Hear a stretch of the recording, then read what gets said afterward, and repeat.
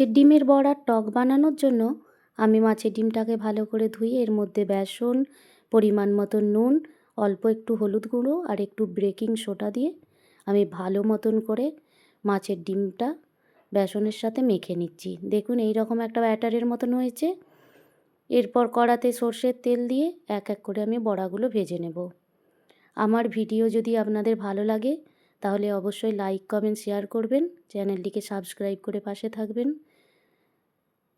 দেখুন এইভাবে এক এক করে আমি সব বড়াগুলো ভেজে নিয়েছি।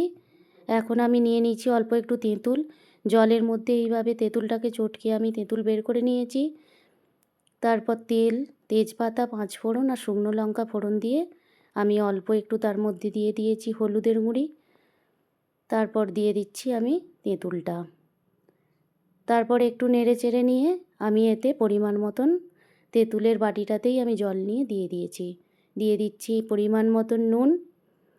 ভালো করে ঝোলটা ফুটে গেলে আমি ভেজে রাখা মাছের ডিমের বড়াগুলো দিয়ে দেবো। জলটা একটু বেশি দিতে হবে কারণ বড়াটা অনেকক্ষণ জলেতে ফুটবে আর অনেকটাই জলটা টেনে নেয়, সেই জন্য জলটা একটু বেশি দিতে হবে। এরপর পরিমাণ মতন চিনি দিয়ে অল্প একটু ফুটিয়ে নিয়ে নামিয়ে নিলেই রেডি হয়ে যাবে মাছের ডিমের বড়ার টক। Thank you.